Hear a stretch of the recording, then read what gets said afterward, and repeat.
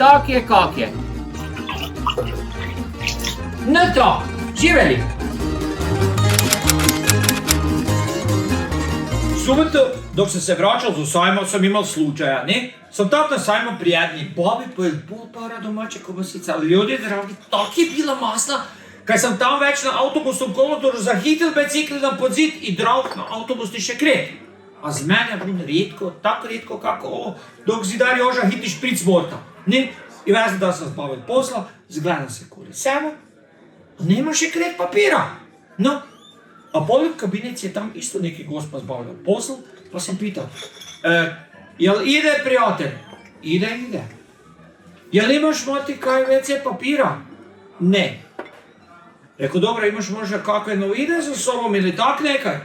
Ne, nemam. A sam vidjel da vrati šalu, pa sam povrinul ruku v žep, pa tam se zvadil vun ono papirika 10 evrov. Ali, kako to kreneš? Ne mi dosta. Rekao, bom pital prijatelja. Rekao, čuj prijatelj, a mora ti imaš za razmeniti 10 evrov 2 po 5? I kaj da vam velim, čovjek mi je razmenil. No, a kaj boš, sila ne pita. No, tak je, kak je. Živeli.